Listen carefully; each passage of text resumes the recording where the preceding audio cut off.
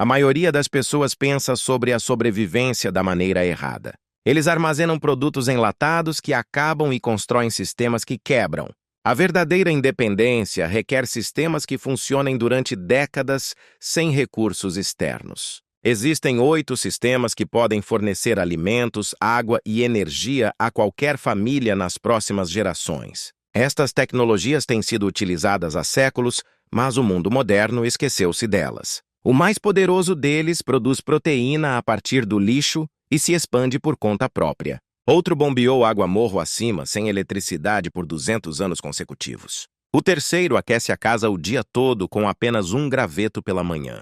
O custo total de todos os 8 sistemas é inferior ao preço de um carro usado. Mas eles lhe dão total independência das lojas, da eletricidade e do Estado para sempre. Quando a União Soviética entrou em colapso em 1991, as prateleiras das lojas esvaziaram-se em poucos dias. Pessoas que confiaram no sistema de abastecimento do governo durante toda a vida ficaram subitamente sem necessidades básicas. Somente aqueles que tinham suas próprias fontes de alimentos e recursos sobreviveram. Os sistemas de sobrevivência modernos repetem o mesmo erro de dependência de suprimentos externos.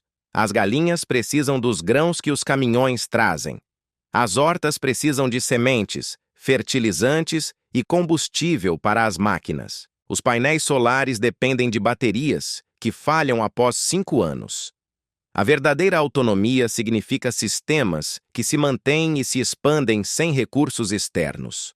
O fundador da permacultura, Bill Mollison, definiu o princípio dos ecossistemas autossustentáveis em 1978. Seu trabalho mostrou que a natureza cria abundância sem fertilizantes, pesticidas ou intervenção humana constante.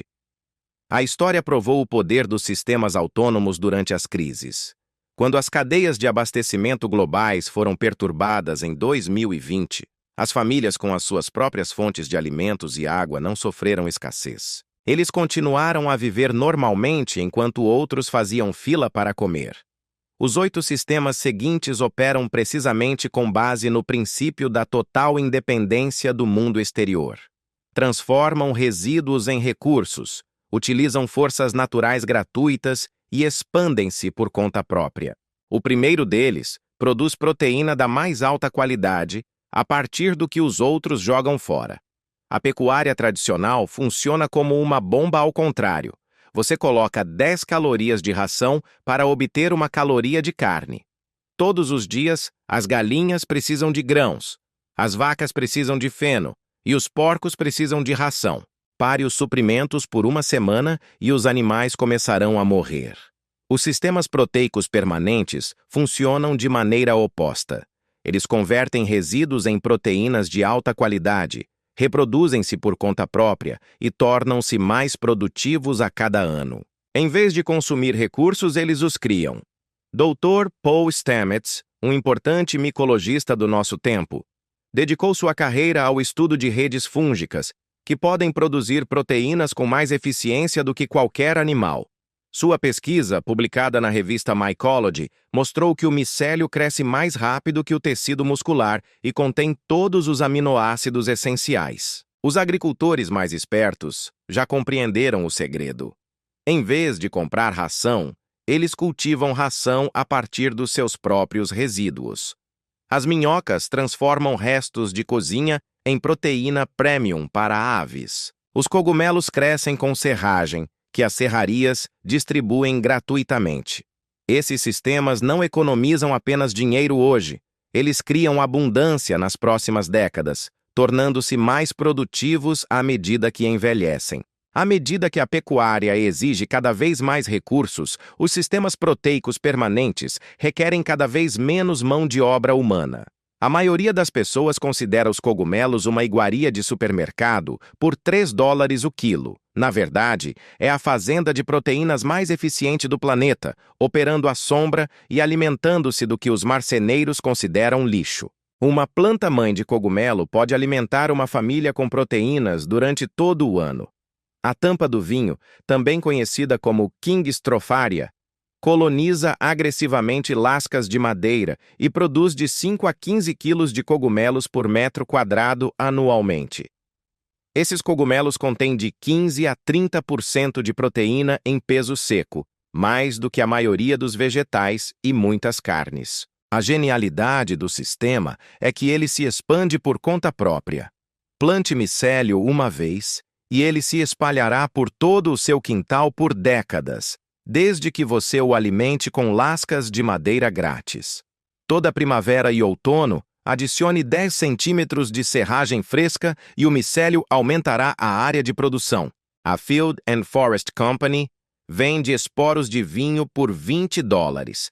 Essa quantidade é suficiente para criar uma plantação mãe de 3 por 2 metros.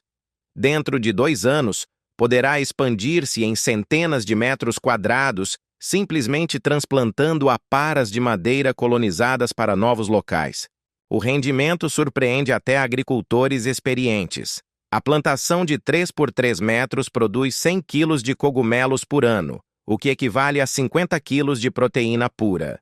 Isto equivale a comer frango 2 vezes por semana para uma família de 4 pessoas. Mas o frango requer alimentação constante e os cogumelos crescem nos resíduos. Na década de 1980, o cultivo industrial de cogumelos criou o mito de que o cultivo de cogumelos exigia laboratórios esterilizados e equipamentos sofisticados. Isto é uma mentira completa, inventada para vender sistemas caros. Os cogumelos cresceram nas florestas durante milhões de anos sem qualquer esterilidade. O cultivo de cogumelos ao ar livre em aparas de madeira não é apenas mais simples do que os métodos industriais, mas também muito mais produtivo. A microflora natural ajuda o micélio, criando uma relação simbiótica que não é possível num ambiente estéril. A tampa do vinho foi especialmente selecionada como a espécie mais estável e agressiva. O professor da Universidade Cornell, Steve Gabriel, passou 20 anos estudando pequenas fazendas e provou que sistemas simples de cultivo de cavacos de madeira superam configurações industriais complexas. O seu programa de pequenas explorações agrícolas registrou rendimentos semelhantes com zero consumo de energia. Os únicos requisitos para o sucesso são sombra, umidade e lascas de madeira nobre. Sem habilidades especiais, termômetros ou esterilização. Você literalmente coloca os esporos em uma pilha de serragem, rega e espera a colheita 4 meses depois. A indústria esconde o segredo principal. Os cogumelos crescem melhor na natureza do que em condições artificiais. Eles evoluíram para decompor a madeira na floresta e não para viver em recipientes de plástico sob luzes fluorescentes. Uma plantação de vinho medindo 3 por 3 metros produz até 100 quilos de cogumelos frescos por temporada. Com os cogumelos custando $3 por quilograma, isso equivale a $300 de rendimento de um terreno do tamanho de uma garagem. Mas o principal valor não está no dinheiro, mas nas proteínas e na independência das lojas. O dimensionamento ocorre quase sem custo. A cada primavera, você pega punhados de aparas de madeira colonizadas da plantação mãe e as replanta em novos locais, sob as árvores, ao longo de caminhos, em qualquer área sombreada. Em 2 anos, uma plantação pode criar dezenas de novos centros de produção. Uma pesquisa do Instituto Rodale mostrou a incrível eficácia dos sistemas de cogumelos em comparação com a agricultura tradicional. Na mesma área, os cogumelos produzem 10 vezes mais proteína que a soja e 20 vezes mais que o trigo. Ao mesmo tempo, melhoram o solo em vez de esgotá-lo. Uma família de Vermont começou com uma plantação de $30 em 2010. Em 10 anos, expandiram a produção para meio hectare, utilizando apenas transplantes de micélio e aparas de madeira gratuitas. Agora, os seus cogumelos fornecem proteínas não só para a sua família, mas também para 10 famílias vizinhas. O mais surpreendente é que o sistema se torna mais produtivo com a idade. Um micélio jovem produz uma colheita modesta, mas uma rede micelial madura que se desenvolveu ao longo de 5 a 7 anos pode produzir 200 a 300 quilos de cogumelos na mesma área. Esta é uma fazenda de proteínas que se aprimora. O banco de dados do USDA contém informações chocantes sobre cogumelos. Eles contêm todos os 9 aminoácidos essenciais em proporções semelhantes às da carne. Ao mesmo tempo, a tampa do vinho é superior à carne bovina no teor de lisina e triptofano, que são extremamente importantes para o corpo humano. Os cogumelos contêm um composto único, a ergotioneína, um poderoso antioxidante que o corpo humano não consegue sintetizar por conta própria. A pesquisa relacionou o consumo regular de ergotioneína a uma redução de 30 a 40% no risco de doenças cardíacas e câncer. Os cogumelos cultivados ao ar livre contêm vitamina D em concentrações comparáveis às do óleo de peixe. A radiação ultravioleta converte o ergosterol dos cogumelos em vitamina D2, que é absorvida pelos humanos com a mesma eficiência que a vitamina de origem animal. O teor de proteína nos cogumelos secos chega a 30 a 40%, o que excede o da maioria das leguminosas. 100 quilos de cogumelos frescos rendem de 15 a 20 quilos de produto seco com proteína concentrada, que pode ser armazenado por anos sem refrigeração. Estudos japoneses sobre centenários de Okinawa revelaram uma ligação direta entre o consumo de uma variedade de cogumelos e a expectativa de vida. Os cogumelos não apenas substituem a carne em valor nutricional, eles a superam no conteúdo de compostos biologicamente ativos que apoiam o sistema imunológico e retardam o envelhecimento. Escolha um local à sombra das árvores ou no lado norte dos edifícios, onde a luz solar direta não atinja mais do que 2 a 3 horas por dia. A touca prefere luz difusa e umidade constante, como em uma floresta natural. Coloque papelão no chão de 2 por 4 metros para suprimir ervas daninhas. O papelão se decomporá em 6 meses, mas a essa altura o micélio já terá colonizado o solo. Coloque uma camada de lascas de madeira com 20 a 30 centímetros de espessura em cima do papelão. Encomende esporos de tampa de vinho da Fundi Perfect por $25 ou encontre um fornecedor russo de micélio em grãos. 1 quilo de inóculo é suficiente para 10 metros quadrados de plantio. Misture os esporos com as lascas de madeira em camadas, como uma lasanha. Regue bem até que a esponja esteja espremida.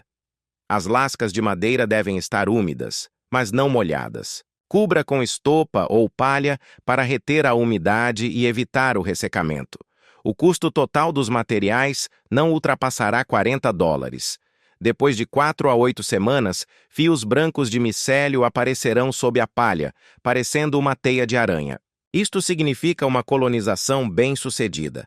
Os primeiros cogumelos aparecerão 4 a 6 meses após o plantio, geralmente após chuva ou rega abundante em clima frio. Uma revolução invisível está acontecendo no subsolo. 1 centímetro cúbico de solo saudável de cogumelo contém vários quilômetros de fios de cogumelo com vários microns de espessura. Essa rede cresce a uma taxa de até 40 centímetros por dia, criando uma rede subterrânea que conecta todo o ecossistema. Durante as primeiras 4 semanas, o micélio estabelece território secretando enzimas para decompor a madeira e suprimir os micro-organismos concorrentes. Na 8ª semana, os fios brancos tornam-se visíveis a olho nu. Na 16ª semana, toda a pilha de aparas de madeira está crivada de micélio. A primeira frutificação ocorre do 4º ao 6º mês, geralmente no outono ou primavera, com temperaturas de 10 a 24 graus e alta umidade. Os cogumelos aparecem em grupos de 20 a 40, crescem durante 3 a 5 dias e estão prontos para a colheita. A expansão do sistema requer esforço mínimo. A cada primavera e outono, adicione 10 a 15 centímetros de lascas de madeira frescas sobre as antigas. O micélio coloniza rapidamente novo material, aumentando a área de frutificação e a produtividade geral da plantação. Para criar novas plantações, pegue punhados de lascas de madeira colonizadas do centro da plantação mãe e mova-as para novos locais. Cada transplante pode criar uma nova plantação medindo vários metros quadrados em uma estação. O Instituto Rodale conduziu um estudo de 5 anos sobre sistemas fúngicos e descobriu um fato surpreendente. O solo sob as plantações de cogumelos maduros continha 4 vezes mais carbono e 6 vezes mais micro-organismos benéficos do que o solo normal do jardim. Os cogumelos literalmente criam fertilidade a partir dos resíduos. O micélio secreta mais de 240 enzimas diferentes que decompõem a madeira em humus. Este processo ocorre de forma lenta e uniforme, criando uma estrutura de solo estável que retém a umidade com 10 vezes mais eficiência do que o solo normal. Os sistemas fúngicos funcionam como farmacêuticos naturais para as plantas. O micélio produz antibióticos que suprimem bactérias e fungos patogênicos no solo. Árvores e arbustos próximos a plantações de cogumelos adoecem com muito menos frequência e crescem mais rápido graças a essa proteção. O ciclo do carbono nos sistemas fúngicos funciona na direção oposta à agricultura convencional. Em vez de libertar dióxido de carbono à medida que a matéria orgânica se decompõe, o micélio sequestra carbono em compostos estáveis do solo que duram décadas. Isso transforma sua fazenda de cogumelos em um sumidouro de carbono. As minhocas colonizam massivamente áreas sob plantações de cogumelos, atraídas por rica matéria orgânica. A sua atividade melhora ainda mais a estrutura do solo, criando condições ideais para as raízes das árvores e arbustos, num raio de vários metros do micélio. Enquanto a tampa do vinho coloniza lascas de madeira no chão, o espaço vertical permanece sem uso. O shiitake em toras resolve esse problema transformando cada árvore derrubada em uma fazenda perene de cogumelos. Um tronco com diâmetro de 20 centímetros dará frutos por 8 anos consecutivos. Toras de carvalho, bordo ou bétula recém-cortadas, com 1,5 metro de comprimento, tornam-se incubadoras ideais para shiitake. Ao contrário da cápsula de vinho de rápido crescimento, o shiitake decompõe lenta e metodicamente a sua madeira, produzindo cogumelos densos, carnudos e de sabor intenso. A tecnologia requer furadeira e buchas de madeira com micélio shiitake. Faça furos com 4 centímetros de profundidade a cada 15 centímetros em um padrão xadrez em toda a superfície da tora. Martele os plugs e sele com cera para proteger contra micro-organismos concorrentes. O custo de inoculação de uma tora é de 3 a 5 dólares por 100 tampões de madeira com micélio. Uma tora de tamanho médio requer de 80 a 120 plugs. A cera de lacre acrescenta mais 1 ou 2 dólares ao custo total. A vantagem do shiitake é a previsibilidade e duração da frutificação. Após 18 meses de colonização, as toras começam a produzir colheitas 2 a 3 vezes por ano, 5 a 10 quilos de cogumelos por tora. Este sistema funciona em paralelo com a tampa do vinho, duplicando a produção global de proteínas. A dinastia Ming documentou pela primeira vez o cultivo de shiitake em toras em 1209, quase 800 anos atrás. Os agricultores japoneses aperfeiçoaram esta tecnologia e transmitiram-na de geração em geração como uma tradição familiar, mais valiosa que a terra. A vila de Takayama, na província de Gifu, produz shiitake continuamente desde o século XIV. As famílias locais usam as mesmas técnicas de inoculação de troncos que os seus antepassados usavam há 700 anos. Algumas toras são herdadas e dão frutos por décadas. Na década de 1940, quando os bombardeios americanos destruíram cidades japonesas, as famílias rurais sobreviveram com shiitake. Os cogumelos forneceram proteínas quando o arroz e a carne desapareceram da dieta. Esta tecnologia salvou milhares de vidas durante os anos mais difíceis da guerra. O Japão moderno produz anualmente 200 mil toneladas de shiitake, e 70% desse volume é cultivado em toras da maneira tradicional e não em estufas industriais. Os japoneses compreendem a superioridade do método antigo sobre a tecnologia moderna. A longevidade japonesa é parcialmente atribuída ao consumo regular de shiitake, que é rico em lentinan, um composto que estimula o sistema imunológico. A pesquisa mostra que as pessoas que consomem shiitake regularmente vivem, em média, 7 anos a mais e têm menos probabilidade de desenvolver câncer. Os cogumelos resolvem o problema das proteínas, mas a sobrevivência requer primeiro água. A maioria dos sistemas autônomos depende de eletricidade, bombas de poço, filtros, sistemas de abastecimento de água. Quando falta energia, esses sistemas se transformam em sucata cara em questão de horas. O carneiro hidráulico funciona segundo o princípio descoberto por Joseph Michel Montgolfier, em 1796.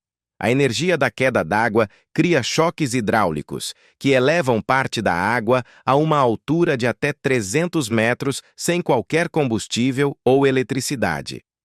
Esta tecnologia alimentava o abastecimento de água das cidades europeias antes do advento da eletricidade. Em Londres, arietes hidráulicos bombearam água do Tâmisa para as torres da cidade até 1920. Algumas destas instalações funcionaram continuamente durante mais de 100 anos sem grandes reparações.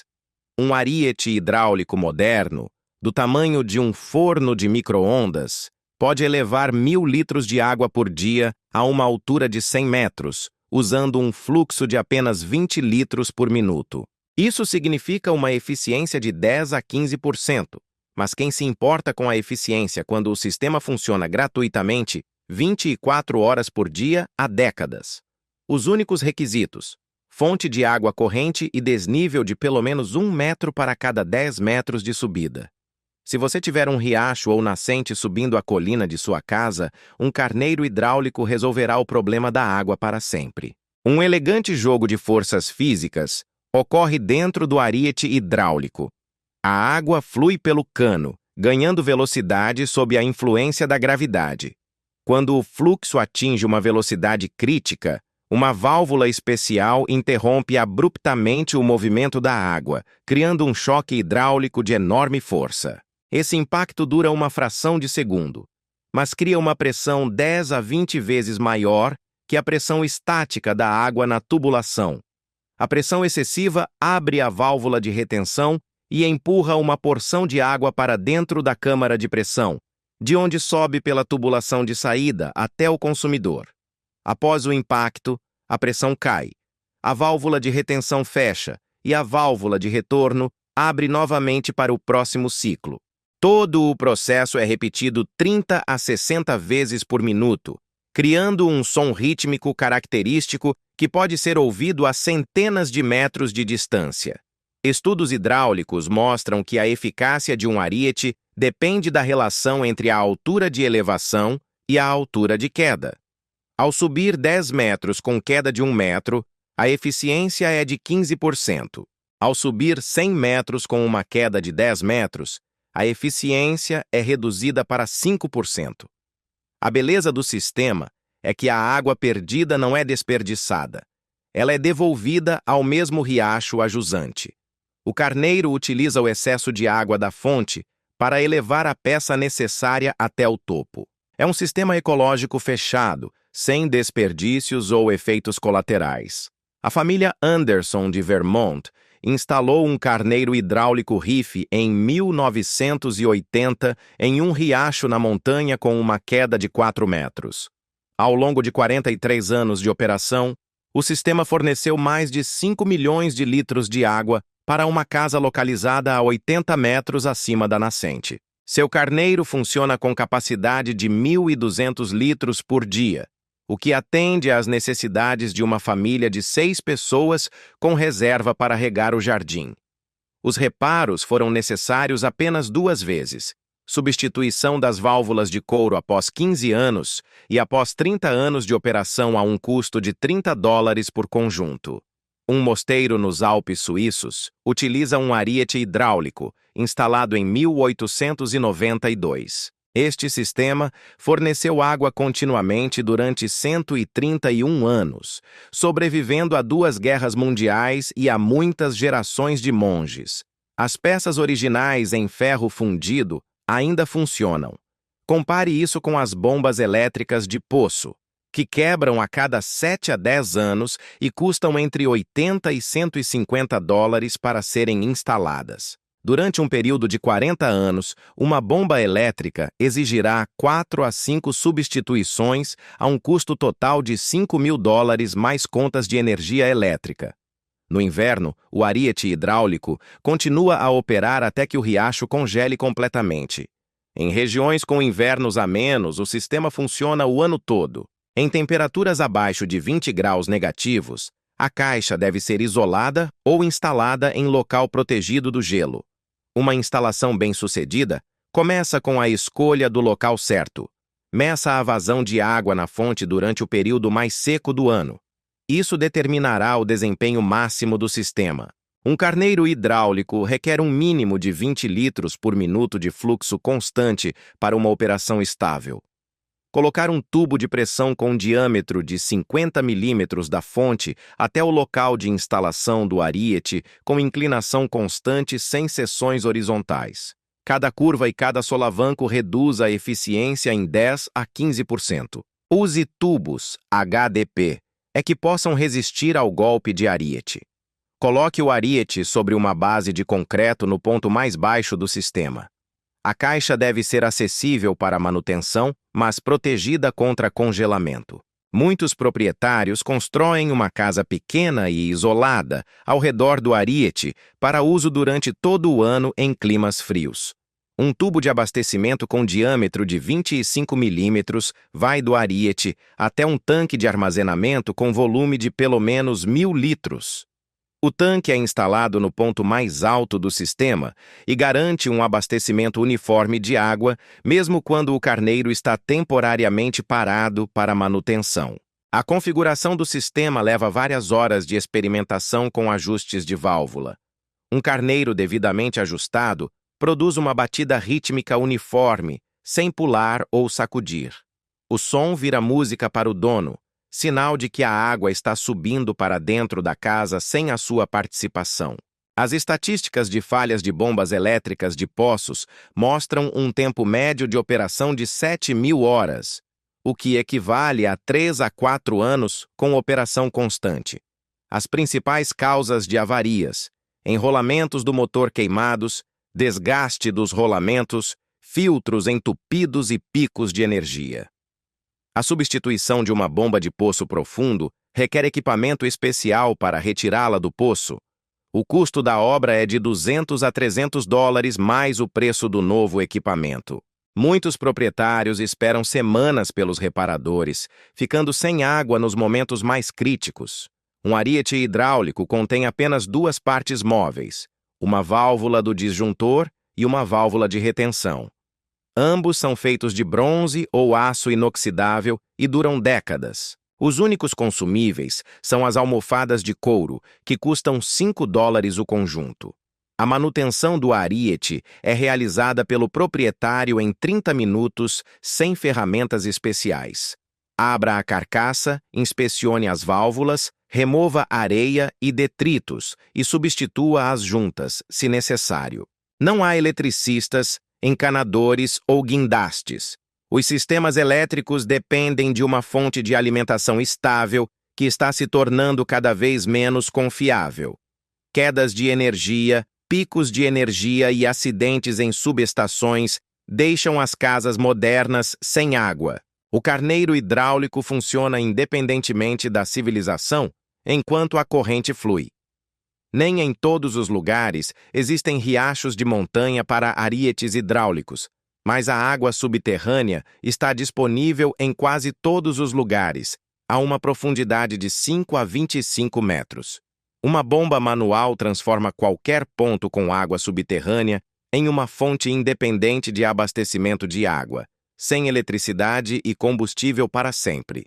As bombas manuais modernas percorreram um longo caminho desde as bombas primitivas da era soviética. A empresa Bison Pump produz sistemas capazes de fornecer de 10 a 15 litros por minuto a uma profundidade de 20 metros com esforço físico moderado de um adulto. O desempenho surpreende os céticos. Um homem adulto trabalhando em ritmo confortável produz 600 litros por hora. Para atender uma família de 4 pessoas com a necessidade diária de 200 litros, são necessários apenas 20 minutos de trabalho divididos entre os familiares. As leis físicas limitam a operação das bombas de pistão a uma profundidade de 25 metros devido à pressão atmosférica. Em profundidades maiores, o vácuo não consegue elevar a água mais alto, mas para a maioria das áreas isto é suficiente. As estatísticas mostram que 70% do território russo tem águas subterrâneas nesta faixa. A instalação é possível num poço existente em paralelo com uma bomba elétrica. Isso cria um sistema de backup que opera durante uma queda de energia. Muitos proprietários acham que uma bomba manual é tão conveniente que param de usar uma elétrica. Os colonos do oeste americano, nas décadas de 1860 e 1970, construíram fazendas inteiramente com bombas manuais, fornecendo água para famílias de 8 a 10 pessoas, além do gado. Os diários dos pioneiros registram o consumo de 200 a 300 litros por pessoa por dia, incluindo necessidades domésticas, lavagem e cozimento. A família Ingalls, que ficou famosa pelos livros de Laura Ingalls Wilder, vivia nas pradarias de Dakota do Sul usando uma bomba manual como única fonte de água. Seu poço de 18 metros de profundidade forneceu água para uma família de 6 pessoas, uma horta de meio hectare e gado durante 30 anos. A pesquisa ergonômica moderna mostrou a técnica ideal para trabalhar com uma bomba manual. Mover todo o corpo em vez de trabalhar apenas com as mãos duplica a produtividade e reduz o cansaço. Com a técnica certa, você pode bombear água por 1 hora seguida, sem esforço excessivo. A comparação com as necessidades modernas mostra a viabilidade do abastecimento manual de água. A família russa média consome 200 a 300 litros de água por dia, incluindo tomar banho, lavar roupa, lavar louça e cozinhar. Isso corresponde a 40 minutos de funcionamento da bomba, distribuídos entre todos os membros da família. A qualidade da água de poços rasos é muitas vezes superior à da água da torneira devido à filtração natural através do solo. As águas subterrâneas contêm menos contaminantes químicos e cloro, mas podem exigir testes de contaminação bacteriana, especialmente perto de fossas sépticas e fazendas. Um poço conduzido é um tubo de aço com um diâmetro de 50 milímetros com um filtro de malha na extremidade, que é cravado no solo até o aquífero. Esta tecnologia permite obter a água em um dia de trabalho em solos arenosos e franco-arenosos, sem perfuração ou equipamento pesado. Um kit de poço de acionamento custa de 80 a 120 dólares e inclui tubos de aço com conexões roscadas, uma ponta pontiaguda com filtro, um cabeçote de acionamento e uma bomba manual. Todo o processo requer apenas uma marreta, chaves inglesas e 2 pessoas para operar. A cravação ocorre em etapas. Conecte o primeiro tubo à ponta, conduza-o até 3 metros de profundidade, verifique se há água e, se necessário, acrescente o próximo trecho.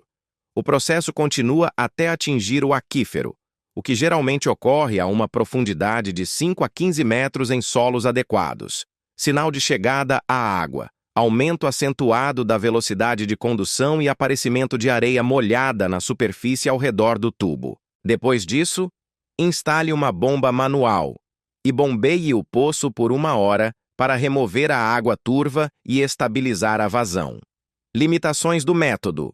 Não funciona em solos rochosos e argilosos. Requer localização próxima do aquífero. A vazão é inferior à dos poços perfurados, mas as vantagens são óbvias. Custo mínimo, instalação rápida, possibilidade de fazer você mesmo, sem especialistas ou equipamentos. A pressão atmosférica cria uma barreira intransponível a uma altura de 10,5 metros acima do nível da água, independentemente da força do homem ou da perfeição da bomba. Esta é uma lei física que não pode ser contornada por sistemas de pistão. Na prática, o limite é de 8 a 9 metros, devido a perdas por atrito e vazamentos no sistema. Para poços profundos, existem bombas de haste que funcionam segundo o princípio de uma alavanca com um sistema de hastes que transmitem força a um pistão profundo. A empresa Simple Pump produz sistemas para profundidades de até 100 metros, mas o esforço físico aumenta proporcionalmente à profundidade. Uma bomba de haste para uma profundidade de 50 metros requer o esforço de um homem adulto para fornecer de 3 a 4 litros por minuto. Isso significa 1 hora de trabalho para obter 200 litros de água. O sistema é funcional, mas requer um esforço físico significativo e custa de 400 a 600 dólares. Uma abordagem alternativa para poços profundos é um moinho de vento, que bombeia a água automaticamente quando os ventos excedem 3 metros por segundo. As fazendas americanas usam bombas eólicas desde a década de 1870 para dar água ao gado em pastagens onde não há eletricidade.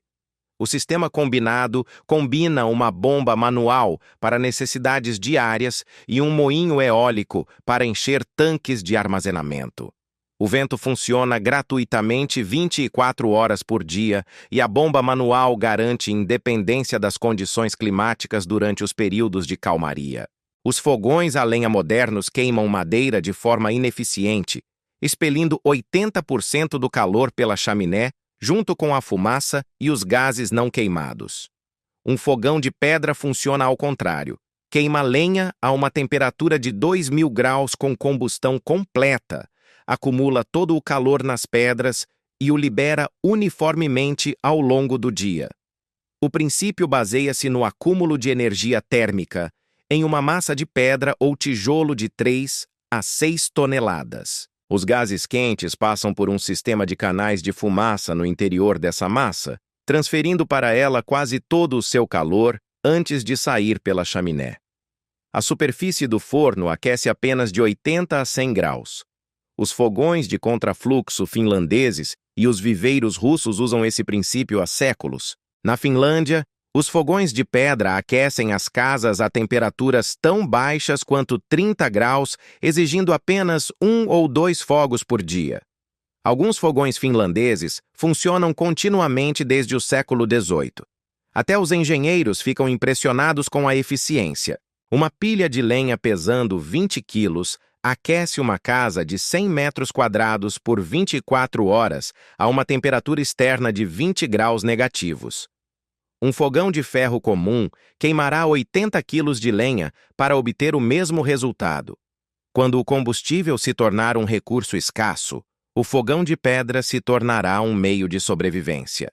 Uma economia 4 vezes maior de lenha significa que, em vez de preparar 10 metros cúbicos para o inverno, bastam 2,5 metros cúbicos. É a diferença entre sobreviver e congelar. Um fogão de ferro comum opera a uma temperatura de combustão de 600 a 800 graus, o que não é suficiente para queimar completamente os gases da madeira. A fumaça que sai da chaminé contém hidrocarbonetos não queimados que podem fornecer calor adicional. É como jogar 1/3 da lenha pela janela. Um fogão de pedra cria uma temperatura de combustão de até 2.000 graus em uma câmara à prova de fogo, onde os gases da madeira queimam completamente. A fumaça na saída é transparente. A temperatura dos gases de exaustão é de apenas 100 a 150 graus, em vez de 300 a 400 para fogões de ferro. Isso significa extrair o máximo de energia de cada tora. Estudos de emissões mostram que os fogões de alvenaria produzem 10 vezes menos partículas e monóxido de carbono do que os fogões a lenha convencionais. A combustão completa a altas temperaturas elimina a maioria das substâncias nocivas, tornando os fogões de pedra ecológicos. O modo de combustão é radicalmente diferente do habitual. Em vez de manter o fogo aceso o dia todo, você carrega de 20 a 40 quilos de lenha seca e queima em 1h30 a 2 horas na intensidade máxima. O forno então libera o calor acumulado pelas próximas 22 horas. A economia torna-se óbvia já no primeiro inverno. Uma família da Carélia reduziu o consumo de lenha de 12 para 3 metros cúbicos por ano depois de substituir o fogão de ferro por um de pedra. Com o custo da lenha sendo de $30 por metro cúbico, a economia era de $270 anuais. Construir um forno de alvenaria requer compreensão do movimento de gases quentes e da transferência de calor, mas não de habilidade extraordinária. A base para o sucesso é o projeto correto da fornalha feita de tijolos refratários e o sistema de canais de fumaça, que faz com que os gases liberem o máximo de calor antes de serem liberados para fora. Os planos modernos da Masonry Heater Association fornecem desenhos detalhados e instruções passo a passo para a construção de IC. Os materiais custam de $1.000 a $1.500. Tijolo resistente ao fogo para a fornalha, tijolo comum para a massa, argamassa de argila, chaminé de aço inoxidável. A construção profissional custará de $3 a $5.000, mas o resultado durará séculos. Os fogões de pedra nos castelos da Europa duram 500 a 600 anos, com reparos periódicos na câmara de combustão a cada 30 ou 40 anos, a um custo de $200 a $300. O elemento-chave é uma fornalha à prova de fogo que pode suportar temperaturas superiores a 2.000 graus. Utilize apenas tijolos refratários da marca SHA ou SHB em argamassa de argila sem cimento. A argamassa de cimento racha devido às altas temperaturas e destrói a estrutura em poucos anos. A massa do forno determina a duração da transferência de calor. 3 toneladas de tijolo acumulam calor durante 12 a 15 horas, 6 toneladas durante 24 horas. O maior peso requer uma base reforçada, mas proporciona um aquecimento mais uniforme e requer menos combustão. A maioria das pessoas pensa em preservar as suas colheitas através de enlatados, congelamento ou secagem. Uma adega é mais simples e eficiente, mantém temperaturas entre 0 e 4 graus e umidade de 85 a 95%, criando condições ideais para armazenar vegetais frescos durante meses. 100 quilos de batatas colhidas em outubro permanecem frescos até maio do ano seguinte. Cenouras, beterrabas e nabos são armazenados durante todo o inverno sem perda de sabor e nutrientes. O repolho dura até março, as maçãs de inverno até abril. Esta é uma geladeira natural sem eletricidade. A Universidade de Minnesota conduziu pesquisas sobre as condições ideais de armazenamento para raízes vegetais e estabeleceu parâmetros precisos para a máxima vida útil. As batatas requerem uma temperatura de 2 a 4 graus e uma umidade de 90 a 95%. As maçãs são armazenadas em temperaturas de 0 a 2 graus e com umidade de 85 a 90%.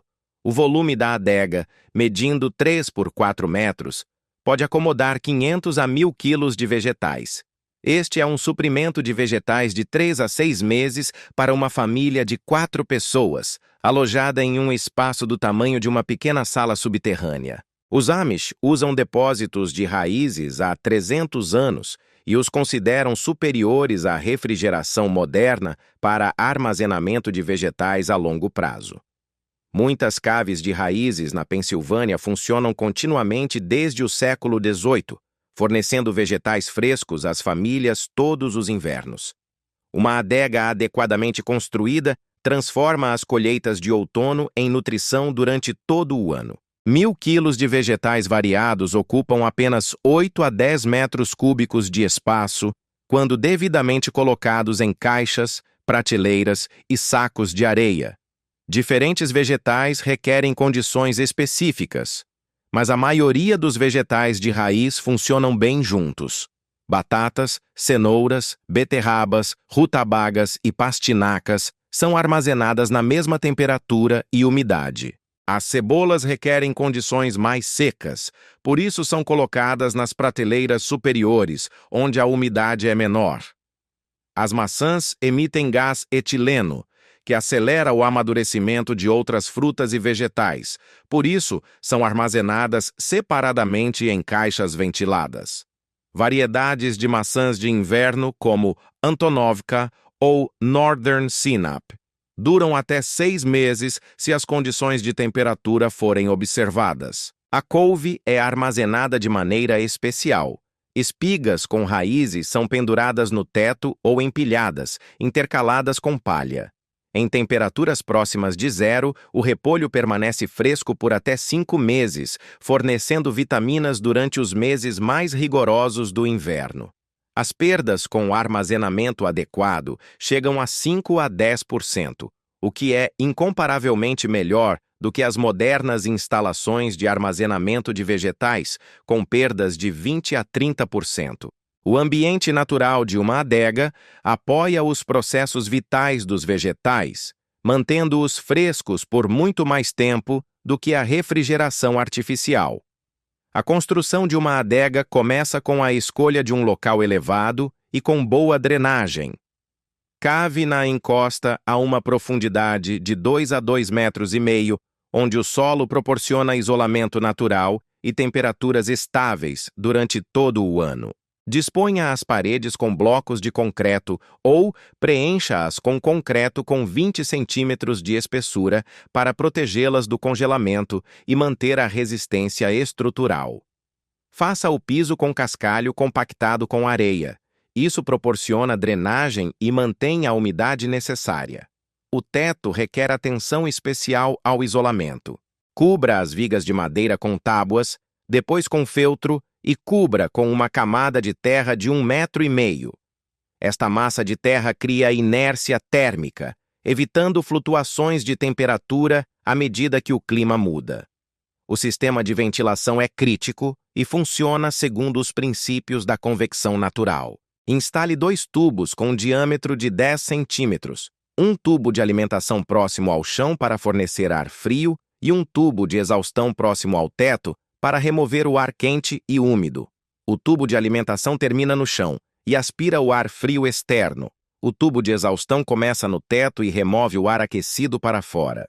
A diferença de temperatura cria uma circulação constante, sem ventiladores, mantendo automaticamente as condições ideais. A maioria das pessoas pensa na compostagem como uma forma de descartar resíduos. A criação de minhocas transforma restos de cozinha em proteínas de alta qualidade que podem alimentar aves, peixes ou até mesmo humanos em situações extremas. Esta é uma fábrica de proteínas vivas que funciona com lixo. Os vermes vermelhos da Califórnia se reproduzem a um ritmo surpreendente. A população duplica a cada 60 a 90 dias em condições óptimas. Começando com 1 quilo de minhocas por $20, depois de 9 meses, você receberá 8 quilos de proteína viva. Uma pesquisa da Universidade da Carolina do Norte mostrou a incrível eficácia das minhocas na reciclagem de resíduos orgânicos. 1 quilograma de minhocas processa diariamente 1,5 kg de resíduos alimentares, transformando-os em verme composto valioso e aumentando a massa de vermes. O valor proteico dos vermes supera muitas fontes tradicionais. Os vermes contêm 25% de proteína em sua forma bruta e todos os aminoácidos essenciais nas proporções corretas. Em termos de composição de aminoácidos, aproximam-se da farinha de peixe, um alimento premium na pecuária. 6 galinhas poedeiras alimentadas com minhocas como suplemento proteico mantêm a produção de ovos com 50% menos de ração comercial. Você cria proteína premium a partir de resíduos enquanto reduz os custos de alimentação e recicla resíduos de cozinha. Um verme adulto põe 2 a 3 casulos por semana, cada um contendo 3 a 4 vermes jovens. A uma temperatura de 20 a 25 graus, os animais jovens atingem a maturidade sexual em 2 meses e iniciam sua própria reprodução. A matemática da reprodução é incrível. 1.000 vermes se transformam em 16.000 em 6 meses. A densidade populacional é regulada pelo volume do recipiente e pela quantidade de alimentos. Em um recipiente padrão de 50 litros, 2 a 3 quilos de minhocas vivem confortavelmente, consumindo 3 a 4 quilos de resíduos alimentares semanalmente. Isto corresponde ao desperdício de uma família de 4 a 5 pessoas.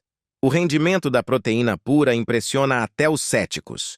3 quilos de minhocas contém 750 gramas de proteína pura, o equivalente a 3 quilos de carne de frango. A diferença é que as galinhas necessitam de alimentação constante com grãos, enquanto as minhocas crescem em resíduos que geralmente são jogados fora. A colheita ocorre por migração. Prepare uma cama fresca com alimentos em uma parte do recipiente. Em 2 semanas, os vermes rastejarão para novos alimentos, deixando o vermicomposto pronto e uma população concentrada para a coleta. Metade das minhocas pode ser coletada para alimentar pássaros ou expandir o sistema. A produção anual de uma fazenda de minhocas maduras é de 15 a 20 kg de vermes vivos, a partir de uma população inicial de 1 kg. Isto é o equivalente em proteína a 80 kg de frango produzido a partir de resíduos de cozinha, sem custos externos de alimentação. O sistema de criação de minhocas cabe na cozinha e requer esforço mínimo. Compre 3 recipientes plásticos de 18 litros por $4 cada. Faça furos com diâmetro de 5 milímetros a cada 10 centímetros nas paredes e tampa para ventilação. Faça furos de drenagem no fundo do recipiente de trabalho para drenar o excesso de umidade. Insira o recipiente de trabalho no recipiente de drenagem para coletar o líquido, que é um fertilizante valioso. Encha um recipiente de trabalho com 10 centímetros de espessura com papelão picado ou fibra de coco. Adicione 1 quilo de vermes vermelhos da Califórnia por $20 de um fornecedor confiável. Umedeça a cama até parecer uma esponja espremida. Enterre o primeiro lote de restos de comida triturados sob a cama, em um canto do recipiente. Alimente as minhocas semanalmente, enterrando os resíduos em diferentes cantos do recipiente, um de cada vez. Evite frutas cítricas, cebola, alho e carnes, que aumentam a acidez e atraem pragas. Alimento ideal: cascas de vegetais, borra de café, saquinhos de chá, cascas de ovo trituradas. Os vermes são coletados a cada 2 ou 3 meses, usando o método de separação por luz. Despeje o conteúdo do recipiente sobre a mesa sob uma lâmpada forte. As minhocas se afastarão da luz e irão para as profundezas da pilha em 15 minutos. Colete a camada superior do composto acabado, repita o procedimento até que as minhocas se concentrem em um pequeno volume.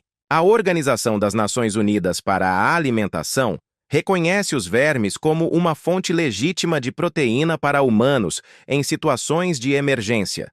Os vermes contêm todos os aminoácidos essenciais, vitaminas B e oligoelementos em concentrações que excedem muitos alimentos tradicionais. Os povos indígenas da Austrália consomem larvas e minhocas há milhares de anos, como uma importante fonte de proteína em regiões áridas. As tribos indígenas consideravam as larvas grandes uma iguaria de alto valor nutritivo, superior à carne de canguru em termos de teor de gordura e proteína. Antes do uso, os vermes são limpos, mantendo-os sobre fubá limpo por um dia para liberar o trato digestivo de sujeira e resíduos. Após a limpeza, as minhocas são lavadas, fervidas por 10 minutos, para matar possíveis patógenos e moídas para serem adicionadas em mingaus ou sopas. O sabor das minhocas cozidas é neutro, levemente noz, sem qualquer sabor ou odor desagradável. Em uma situação extrema, 200 gramas de vermes fornecem 50 gramas de proteína completa, a necessidade diária de um adulto com atividade física mínima. A barreira psicológica continua a ser o principal obstáculo, mas a fome altera rapidamente as preferências alimentares. Durante o cerco de Leningrado, as pessoas comiam tudo que continha proteínas. Uma criação de minhocas na cozinha pode ser a diferença entre a vida e a morte durante uma interrupção prolongada no fornecimento de alimentos. A agricultura anual requer aração anual, plantio, capina, irrigação e controle de pragas. Uma floresta alimentar funciona de forma oposta. Imita um ecossistema florestal natural, onde árvores comestíveis, arbustos e gramíneas crescem juntos, apoiando-se mutuamente sem intervenção humana. Robert Hart criou a primeira floresta alimentar documentada na Inglaterra na década de 1960 em um local de meio hectare. Durante 40 anos, esta floresta produziu frutas, nozes, bagas, cogumelos e ervas medicinais, exigindo apenas 20 horas de trabalho por ano para a colheita. Um ecossistema florestal existe há milhões de anos, sem fertilizantes, pesticidas ou irrigação, porque diferentes plantas desempenham funções especializadas. As árvores fornecem sombra e proteção, os arbustos fixam nitrogênio, as gramíneas cobrem o solo, os fungos decompõem a matéria orgânica e transportam nutrientes. Uma floresta alimentar replica esta estrutura, substituindo plantas silvestres por plantas comestíveis. Nozes são plantadas em vez de carvalho, as cultivadas são plantadas em vez de framboesas silvestres e vegetais perenes comestíveis são plantados em vez de ervas daninhas. O resultado: um ecossistema comestível que se torna mais produtivo com a idade. O Centro Agroflorestal Mundial estudou centenas de florestas alimentares em todo o mundo e confirmou a sua superioridade em relação às culturas anuais em termos de rendimento, tolerância à seca, armazenamento de carbono no solo e biodiversidade. A floresta alimentar consiste em 7 camadas funcionais, cada uma ocupando seu nicho ecológico e maximizando o uso do espaço. As árvores grandes formam uma copa com uma altura de 10 a 20 metros. As árvores pequenas preenchem a vegetação rasteira, os arbustos formam a camada intermediária e a grama cobre o solo. As nogueiras, avelãs, castanheiros, formam a camada superior e fornecem as principais calorias. Uma noz madura produz de 50 a 80 quilos de nozes anualmente durante um século. Isso equivale a 1.200 quilocalorias por metro quadrado de projeção da coroa. As árvores frutíferas, macieiras, peras, ameixas, ocupam a camada intermediária entre as nozes. Os porta-enxertos anões permitem que você coloque mais árvores em uma área limitada. As macieiras em porta-enxerto anão começam a dar frutos no 2º ou 3º ano e produzem de 20 a 40 quilos de frutos anualmente. Arbustos de frutas silvestres, grosélias, madressilvas, formam a camada inferior da árvore. Eles são tolerantes à sombra e dão frutos sob a copa das árvores onde os vegetais comuns não podem crescer. Um arbusto de groselha produz de 3 a 5 quilos de frutas em 15 a 20 anos. A camada de cobertura do solo consiste em vegetais e ervas perenes, ruibarbo, aspargos, cebolas perenes, azeda, amêndoa. Essas plantas não requerem plantio anual e produzem safras por décadas. A camada de raiz inclui alcachofras de Jerusalém e outras raízes comestíveis que se reproduzem. Uma floresta alimentar madura, cobrindo uma área de 1/4 de hectare, produz anualmente de 1.000 a 3.000 quilos de nozes, 500 a 1.500 quilos de frutas, 200 a 500 quilos de frutas vermelhas e centenas de quilos de vegetais perenes. Esta é uma refeição completa para uma família de 4 pessoas, com sobra para conservas e comercialização. Estudos de sistemas agroflorestais nos trópicos mostraram rendimentos 3 a 5 vezes superiores aos da agricultura tradicional na mesma área. A estrutura em camadas utiliza a energia solar de forma mais eficiente do que as culturas anuais, que deixam grande parte do espaço vazio. A produtividade alimentar da floresta aumenta com a idade, em contraste com os sistemas anuais esgotados. As árvores jovens produzem uma colheita modesta, mas no 10º ano o sistema atinge o pico de frutificação e mantém-no durante 50 a 70 anos sem declínio com o mínimo de cuidado. A relação custo-benefício surpreende até os céticos. Uma família do Oregon investiu $15.000 para criar uma floresta alimentar de meio acre em 2005. Por volta de 2015, o sistema produzia anualmente produtos no valor de $8.000, utilizando 40 horas de trabalho por ano. A tolerância a condições climáticas extremas é superior às culturas anuais devido às raízes profundas das árvores e à diversidade de espécies. A seca, as geadas tardias ou o granizo podem destruir uma horta, mas a floresta continua a produzir alimentos graças aos diferentes tempos de maturação e à robustez das plantas perenes. As plantas fixadoras de nitrogênio contêm bactérias do gênero Rhizobium em seus nódulos radiculares, que capturam o nitrogênio atmosférico e o convertem em amônia, que fica disponível para a nutrição das plantas. Este processo substitui os fertilizantes comerciais por uma fábrica natural de nitrogênio nas raízes das árvores e arbustos. A acácia siberiana, o oleáster prateado e o espinheiro marítimo são fixadores de nitrogênio resistentes à geada, que crescem bem no clima russo. As raízes dessas plantas enriquecem o solo com nitrogênio num raio de vários metros, nutrindo as árvores frutíferas vizinhas e aumentando seu rendimento em 30 a 50%. As gramíneas leguminosas, trevo, alfafa, trevo doce, criam uma cobertura morta sob as árvores, ao mesmo tempo que fixam nitrogênio e suprimem ervas daninhas. As verduras cortadas dessas plantas contêm mais nitrogênio do que estrume e servem como fertilizante gratuito para todo o sistema quando decompostas. A quantidade de nitrogênio fixado é impressionante. Uma acácia siberiana madura fixa de 50 a 80 kg de nitrogênio por ano, o equivalente a 300 kg de nitrato de amônio no valor de $150. Ao mesmo tempo, a árvore cresce de graça e funciona por décadas. A poda de arbustos fixadores de nitrogênio oferece benefícios duplos.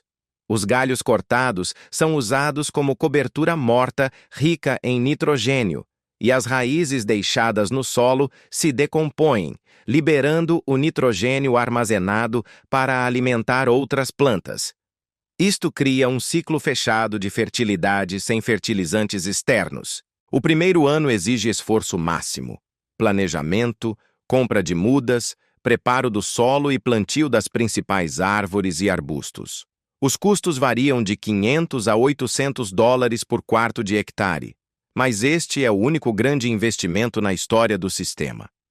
O segundo e terceiro anos são dedicados a regar, aplicar cobertura morta e proteger as plantas jovens das ervas daninhas. A colheita é mínima, mas as plantas fixadoras de nitrogênio começam a enriquecer o solo. Os custos de mão de obra ascendem a 100 a 120 horas anuais para rega, capina e poda formativa. O quarto e quinto anos marcam um ponto de viragem. Os arbustos de bagas começam a dar frutos completos. As primeiras macieiras produzem uma colheita significativa. As plantas perenes da cobertura do solo crescem e suprimem as ervas daninhas. O sistema já exige de 60 a 80 horas de manutenção por ano. Do 7º ao 10º ano, a floresta alimentar atinge a maturidade e começa a manter-se. A serapilheira cria uma cobertura natural que suprime as ervas daninhas. O sistema radicular desenvolvido extrai água das profundezas, eliminando a necessidade de rega. Insetos benéficos controlam pragas. Um sistema maduro requer apenas colheita, poda sanitária e adição periódica de novas plantas para substituir as mortas. Os custos de mão de obra são reduzidos para 20 a 40 horas por ano, menos do que um jardim típico de 100 metros quadrados exige, mas o rendimento é 10 vezes maior. Os 8 sistemas funcionam em sinergia, criando total autonomia em relação ao fornecimento externo de alimentos, água e energia. As plantações de cogumelos e a criação de minhocas fornecem proteínas. Uma floresta alimentar fornece hidratos de carbono e vitaminas. Uma adega preserva as colheitas para o inverno e um fogão de pedra aquece a casa de forma eficiente. Os sistemas de água, carneiro hidráulico e bombas manuais funcionam independentemente da eletricidade e fornecem água a todos os outros sistemas.